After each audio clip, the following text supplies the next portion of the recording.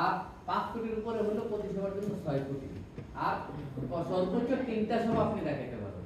ঠিক আছে, ঠিক আছে। স্ল্যাব হলে যেটা পিপের আর ধরে আছে সম্মানিত কত টাকা পাক করুন হলে কত টাকা সম্মান দিবেন, আর সবার 3টার বেশি দেখানো যাবে না। 5টা করলেও 3টা, আবার কেউ কেউ বছরের বেশি টাকা দেওয়ার জন্য 1টা করলেও 3টা দেয়, কিন্তু আপনি 3টার বেশি সভা করতে পারবেন। আর আপনি যেটা বলছেন এটা হলো বিশেষ অনারিয়াম, এটা পিপিআর এর ওই টিউসিটি এর মাধ্যমে বা টিসি না, ওইটা হলো বিশেষ সম্মান। এটা আপনি অনুমোদনকারী থেকে অনুমোদন নিয়ে সম্মান এটা দিতে হবে, সম্মানে দেওয়া। তাইলে আমরা দেখতে পাচ্ছি যে সেকশন 4 এ আমরা সাইটের অবস্থান যে মালামালটা কোথায় দিব অথবা কাজটা কোথায় হবে আমরা এটা লিখে দেব। ঠিক আছে, তারপরে কোটেশন ডকুমেন্টটা আমরা এখানে নাই, জাস্ট কোটেশন ডকুমেন্টও ঠিক ওইটার মতোই, কিন্তু কোটেশন ডকুমেন্টটা হলো একটু ভিন্ন, একটা পাতার মধ্যে একটা সেকশনের মধ্যে সব হয়ে যাচ্ছে, আর ওটিএমটা হলো ভিন্ন।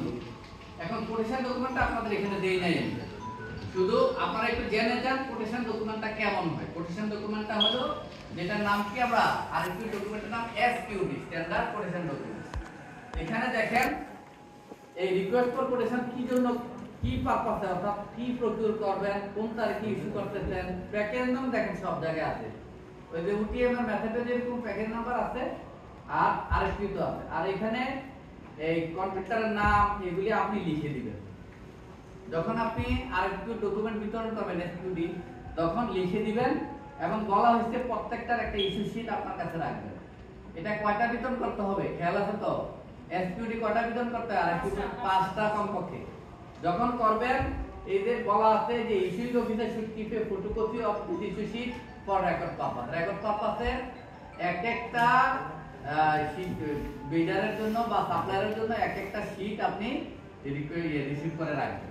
এরকম ভাবে নথিতে কমপক্ষে 5টা দিলে 5টা রিসিভ কপি 5টা ভেন্ডরের বা 5টা সাপ্লায়ার বা কন্ট্রাক্টরের থাকবে। এটা কি বোঝা গেছে? আমি এটা দিছি যে আমার জব টাইটেল ইস্যু অফিসার হলো ডিরেক্টর, আপনারা আপনাদের পদ বাই পজিশন যে থাকে তার। তারপরে এই যে বর্ণনাতে আছে আমরা দেখতে পাচ্ছিলাম ওখানে অনেকগুলো বিষয়, অ্যাটেনশন, টেন্ডার কোথায় সাবমিট দিতে অনেকগুলো দেখছিলাম না, কিন্তু আরেকটিতে আপনি তো তাকে ডকুমেন্ট দিয়ে দিচ্ছেন, একটা ডকুমেন্টে আপনি বলে দিবেন যে কখন সাবমিট হবে এবং কখন খোলা হবে, কয়টার আগে খোলা হবে। এগুলি দেখানোর উদ্দেশ্য হলো যেন ভুল না হয়। এই ডকুমেন্টগুলো অ্যাভেলেবল সিপিকিউ বা বিপিডি এর ওয়েবসাইটে আপনি যখন চাইবেন, যখন প্রকিউর করবেন তখন অ্যাভেলেবল নিতে পারবেন। তারপরে নিচে থাকবে প্রকিউরিং এন্টিটি। এখন প্রকিউরিং এন্টিটি কি এভাবে লেখা থাকবে? আমি ক্যারেক্ট কলেজে দেখছি লেখা আছে প্রকিউরিং এন্টিটি। প্রকিউরিং এন্টিটি ডেজিগনেশনটা এখানে নিতে দিতে হবে। দেওয়ার পরে উনি স্বাক্ষর করবে, করার পরে আপনি এটা বিতরণ করবেন। ঠিক আছে, স্বাক্ষরের আগে অ্যাকচুয়ালি বিতরণ হবে। প্লিজ আমরা যেহেতু আরএফপি সিকিউরিটি দিচ্ছি না, তো যে লয়েস আসলো পাস করলো আর কি দিছে, তাই আমরা অর্ডার দিলাম, সে কাজ করলো না, তখন আমরা তাই কিছু করার নাই, না করলে বাদ আবার পুনরায় আরেকটু করবে। হ্যাঁ, পুনরায় আরেকটু, এটা একটু ঝামেলা আছে, তবে এটা করে না, কারণ এটা তো আরেকটু মানে তো আপনি বুঝাই বুঝিয়ে দিচ্ছেন, যে করবে তারই দিচ্ছেন। আরেকটুতে শান্তিটা হয় না, কারণ আরেকটুটা পাওয়ার পরে তার কাছে মনে হলো যে না এটা করতে গেলে লস হবে। এটা রেয়ার কেস, যদি না করে আপনি পুনরায় নরমালি আরেকটু মানে কি রিকোয়েস্ট ফর কোটেশন। আমি কোটেশন পদ্ধতিতে তো আমি যে করবে সেই তো দিচ্ছি বা তাকে আমি দিচ্ছি করবে, তবে রেয়ার কেস আছে কোনো কারণে না করলে তাহলে আপনি কিন্তু আর সেকেন্ড ম্যানকে দিতে পারবেন না। আরেকটু আপনি পুনরায় আবার আরেকটু করবেন। তারপরে দেখেন এসকিউডি আরেকটু যে ডকুমেন্টের কথা বলতেছি, ওখানে এসকিউডি লাস্ট ইয়েটা হলো এই যে বিইউকিউটা, কিন্তু এসপিডিতে ছিল দুইটা অংশ, এসপিডি থাকে দুইটা অংশ, একটা হলো রেড শিডিউল আর একটা হলো স্পেসিফিকেশন। আর এখানে একসাথে থাকে, একসাথে আপনি স্পেসিফিকেশন দিবেন, কোয়ান্টিটি দিবেন, ইউনিট দিবেন, ইউনিট রেট দিবেন, দিয়ে এই ইউনিট পর্যন্ত আপনি করবেন। ঠিকাদার কি করবে? ঠিকাদার ইউনিট রেট দিবে। এবার ওটিএম হোক আর এফপিও হোক, আমরা কি রেট দিয়ে দিব না ঠিকাদার দিবে বা সাপ্লায়ার দিবে? রেটটা কে বসাবে? ইউনিট রেট ঠিকাদার। ঠিকাদার আমি কিছুদিন আগে এক জায়গায় ইভ্যালুয়েশনে গিয়ে দেখছি লেখা রাখছে এস্টিমেট সহ, তো ঠিকাদার লেখা দিয়েছে 6% ল্যাব, 5% ল্যাব। এগুলি হয় কেন? জালখানার একটা মানে এগুলি হয়েছে কেন? এগুলি তার না জানার কারণে, দরেই নাই ডকুমেন্টটা, মানে স্ট্যান্ডার্ড ডকুমেন্ট এমনি বিক্রি করে ফেলছে আর কি, বুঝছেন না?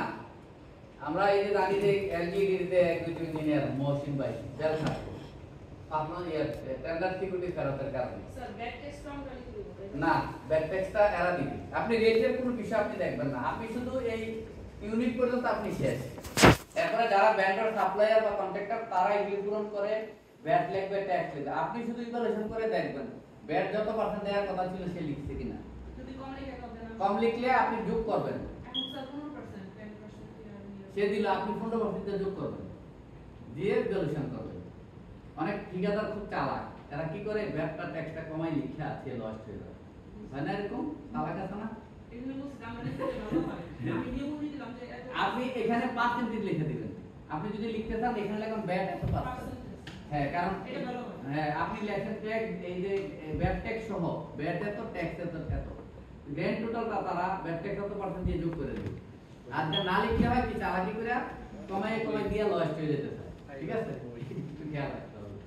তারপরে কমপ্লিট টাইম ওয়ারেন্টি, যেমন আপনি টিভি কিনলেন, ফার্নিচার কিনলেন, ওয়ারেন্টি যদি ঘর খালি রাখেন এক একজন এক এক রকম সময় দিব ওয়ারেন্টি, তাই না?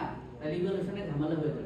এই ওয়ারেন্টি ঘরটা আমাদেরই দিতে হবে। আমরা যদি বলি 3 ইয়ার, সবাই 3 ইয়ারতে বুঝে শুনে রেট করতে হবে। কারো খারাপ লাগতেছে? পিছনে যারা আছে খারাপ লাগতেছে?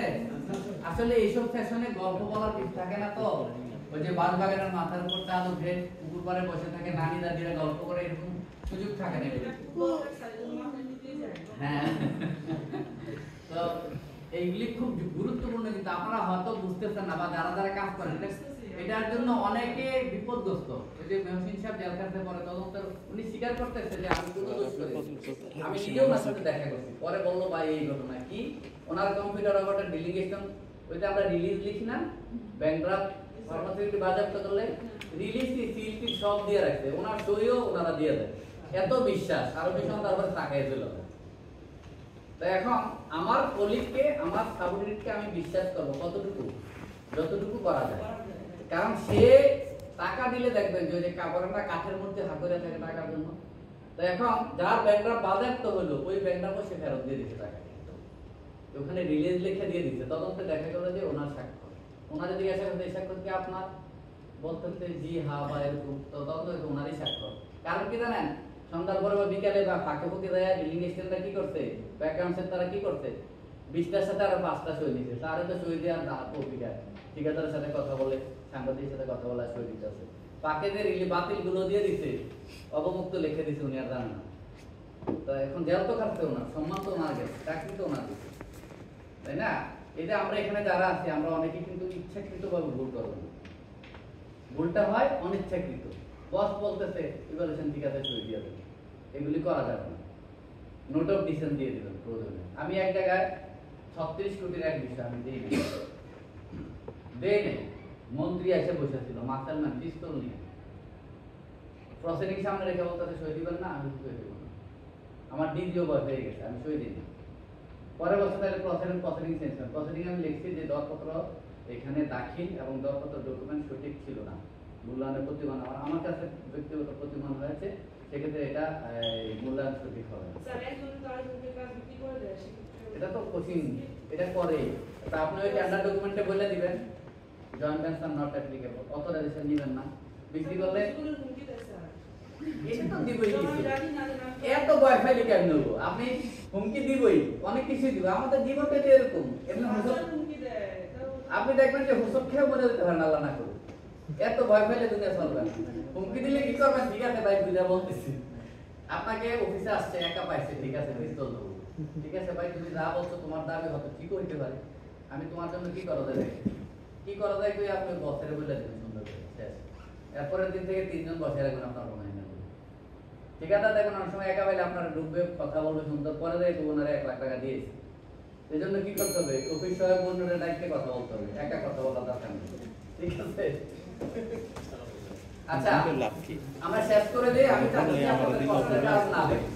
তবে আমি এই সেশনে এখানে এই যে ওপেন টেন্ডারিং এর একটা বিষয় আছে, ওপেন টেন্ডারিংটা কিভাবে করি মানে কে বলতে পারবেন না বলেন, ওটিএম বা ওপেন টেন্ডারিং